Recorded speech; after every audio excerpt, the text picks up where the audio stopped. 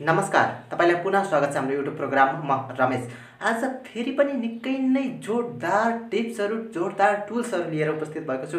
म चाहन्छु कि तपाईको जिन्दगीमा परिवर्तनको एउटा ज्वाला तन्काउन सकूँ, तपाईलाई परिवर्तनको भोकलाई तीव्र बढाइदिन सकूँ र तपाईलाई जीवनमा मापन गर्न नसकिने सफलताको निम्ति तपाईलाई जागृत गराइदिन सकूँ। यी सोच र यस्तै महत्त्वाकांक्षाको साथ म आज फेरि पनि उपस्थित भइसकेको छु।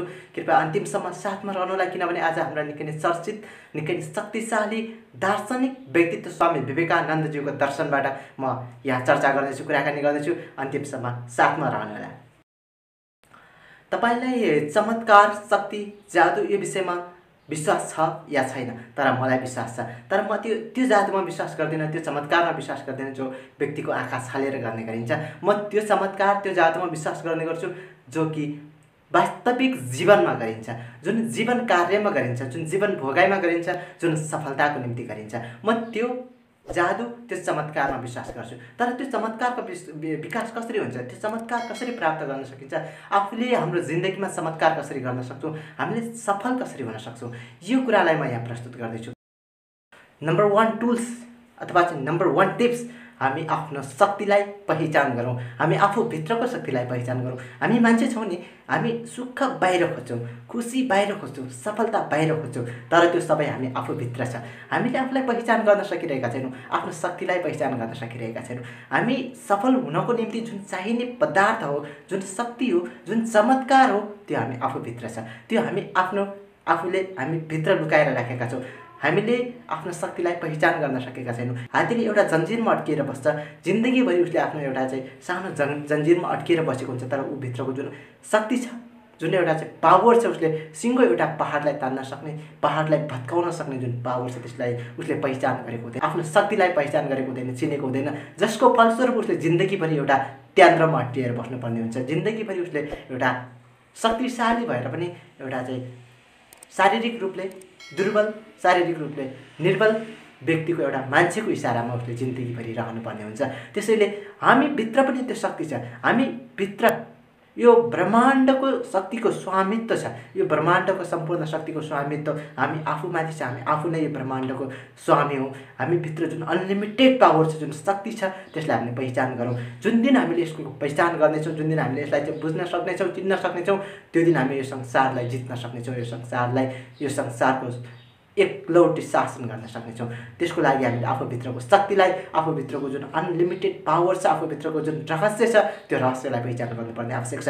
यसको सन्दर्भमा स्वामी विवेकानन्दजीले भन्नुभएको छ कि यो ब्रह्माण्डको सारा शक्ति पहिलेदेखि नै हाम्रै हो, तर हामी त्यस्तो व्यक्ति हो कि आफ्नो आँखामा हात राखेर रुने गर्छौँ कि भन्ने गर्छौँ बाहिर कति अँध्यारो छ।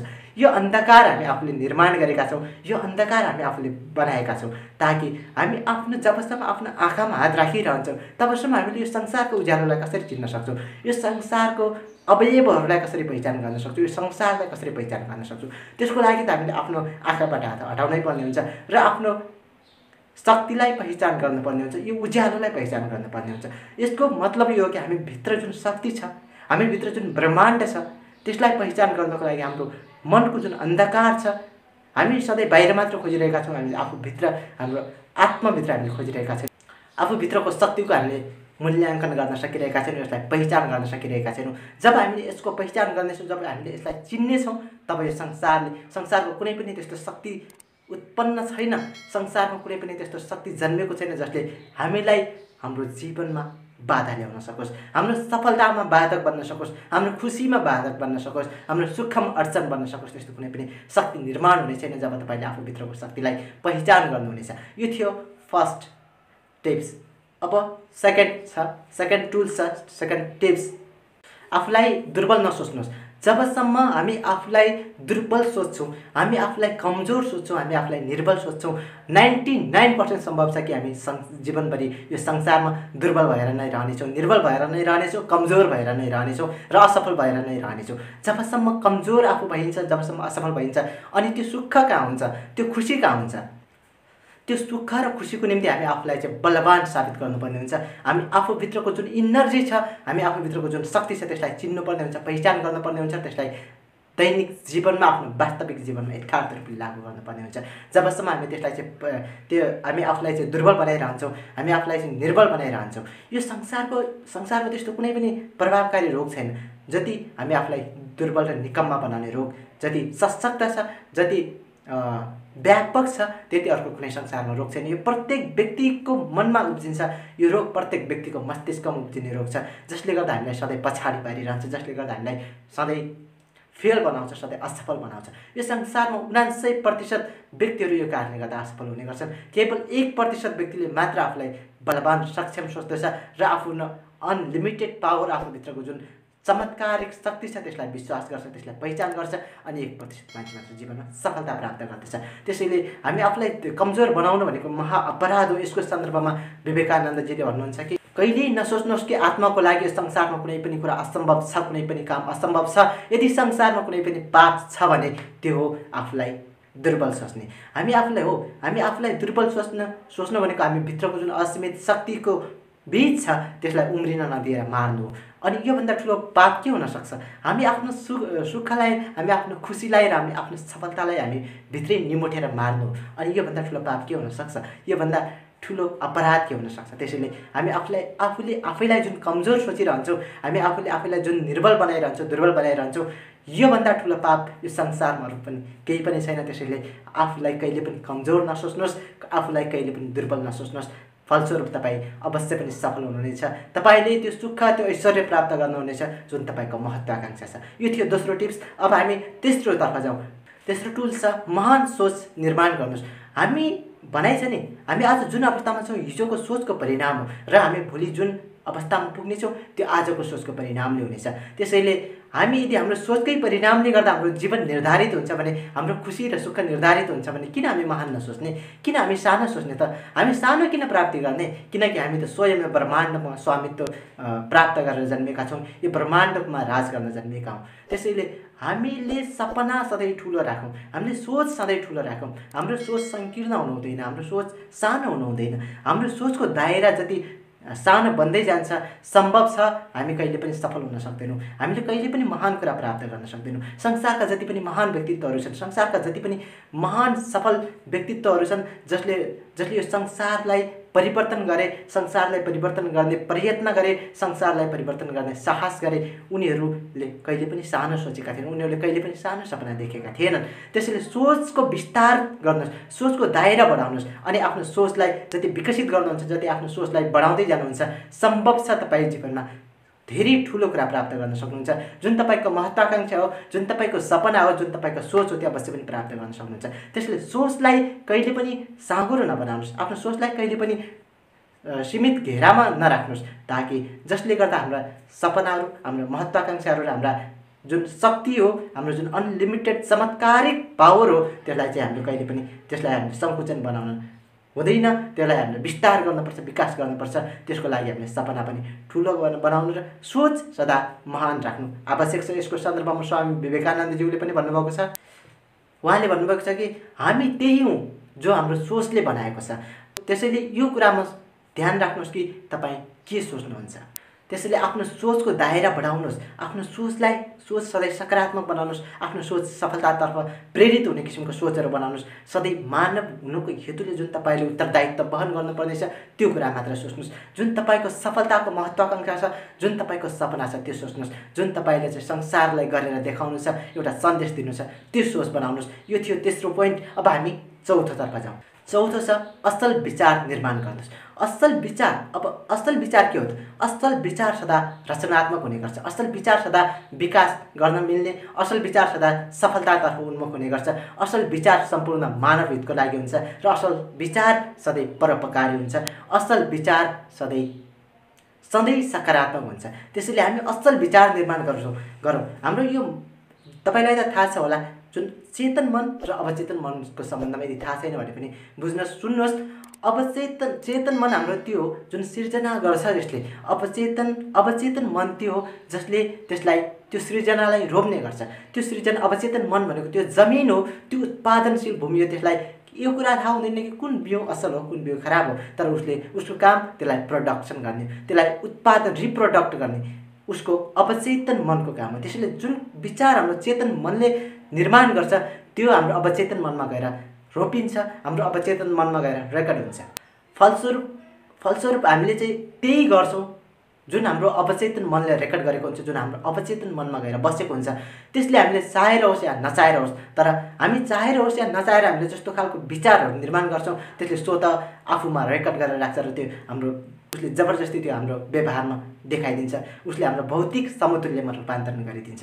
हामी जुन सोच्छौँ, जुन विचार गर्छौँ, जुन धारणा बनाउँछौँ, जुन कन्सेप्ट, जुन कुराहरू निर्माण गर्छौँ त्यही कुरा अवचेतन मनले आफूमा राख्छ, ग्रहण गर्दछ र त्यही उसले हाम्रो व्यवहारको माध्यमबाट भौतिक जीवनमा भौतिक रूपमा चाहिँ समतुल्यमा ल्याइदिन्छ, भौतिक रूपमा यथार्थतामा परिणत गरिदिन्छ। त्यसैले हामी सदा विचारलाई असल गरौँ। असल विचार जबसम्म निर्माण हुँदैन तबसम्म असल व्यवहार निर्माण हुँदैन, जबसम्म असल व्यवहार निर्माण हुँदैन तबसम्म असल संस्कारको निर्माण हुँदैन, जबसम्म असल संस्कार निर्माण हुँदैन तबसम्म हामी मानव बनेर बाँच्नको लागि यो समाज, यो सभ्यता कहिले पनि उपयुक्त हुन सक्दैन, कहिले पनि हामीले यसलाई चाहिँ सुहाउँदो बनाउन सक्दैनौँ। त्यसैले असल विचारको विचारोपण गर्न आवश्यक छ। असल विचार सोच्नुहोस् र यसको सम्बन्धमा स्वामी विवेकानन्दज्यूको धारणा छ, लगातार असल विचारको निर्माण गरिरहनुहोस्, खराब संस्कारलाई दबाउनको निम्ति यो मात्र एउटा समाधान हो। खराब जुन संस्कार छ, जुन खराब सभ्यता छ, यदि खराब विचार छ त्यो खराब विचारलाई दबाउनको निम्ति हामीले असल विचार निर्माण गर्नुपर्छ। खराब संस्कारलाई दबाउनको लागि हामीले चाहिँ असल विचारको निर्माण गर्नुपर्छ। त्यो असल विचारलाई बारम्बार रिपिट गरिरहनुपर्छ, त्यो असल विचारमा बारम्बार चिन्तन गरिरहनुपर्छ ताकि त्यसलाई हाम्रो अवचेतन मनले ग्रहण गरोस् अनि त्यसले हाम्रो व्यवहारमा चाहिँ प्रयोग गराओस्। जबसम्म हाम्रो व्यवहारमा प्रयोग हुँदैन, जबसम्म कुनै पनि विचार हाम्रो व्यवहारबाट प्रस्फुटन भएर बाहिर आउँदैन, हाम्रो भौतिक समतुल्यमा रूपान्तरण हुँदैन, तबसम्म संस्कार निर्माण हुँदैन। त्यसैले खराब संस्कारलाई निर्मूल गर्नको लागि असल संस्कारको निर्माण गर्नु जरुरी छ र असल संस्कारको निर्माण गर्नको निम्ति असल विचारको निर्माण गर्नु जरुरी छ। यो थियो चौथो पोइन्ट। अब हामी अन्तिम पोइन्ट अथवा चाहिँ पाँचौं टुल्स, आत्मविश्वास गर्नु अथवा चाहिँ आफूले आफैलाई विश्वास गर्नु। हामी आफूभित्रको विश्वासलाई मर्न नदिनु।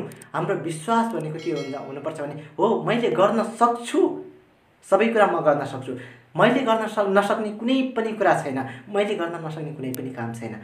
र आफूले आफूभित्रको जुन शक्ति छ, अनलिमिटेड पावर, जुन चाहिँ रचनात्मक शक्ति, जुन चमत्कारिक शक्ति छ, यसमा विश्वास गर्न सक्नुपर्छ। जबसम्म हामीले यसमा विश्वास गर्न सक्दैनौँ तबसम्म हामीले सफलता प्राप्त गर्न सक्दैनौँ।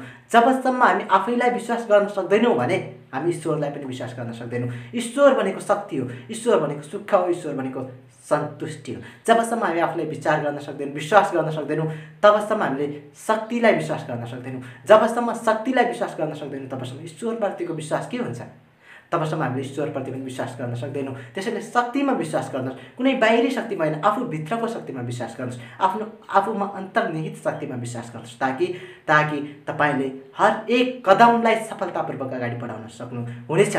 जबसम्म तपाईँ आफूलाई विश्वास गर्न सक्नुहुन्न तपाईँको प्रत्येक कदम डगमगाउनेछ, तपाईँको प्रत्येक कदम असफल हुनेछ। त्यसैले आत्मविश्वास हुनु जरुरी छ। आफूभित्रको जुन विश्वास, जुन आफूभित्रको शक्ति, त्यो शक्तिलाई सधैँ प्रज्वलित गराइरहनुको निम्ति आत्मविश्वासको आवश्यकता छ। आफूले सफलता प्राप्त गर्नको निम्ति आत्मविश्वासको आवश्यकता छ।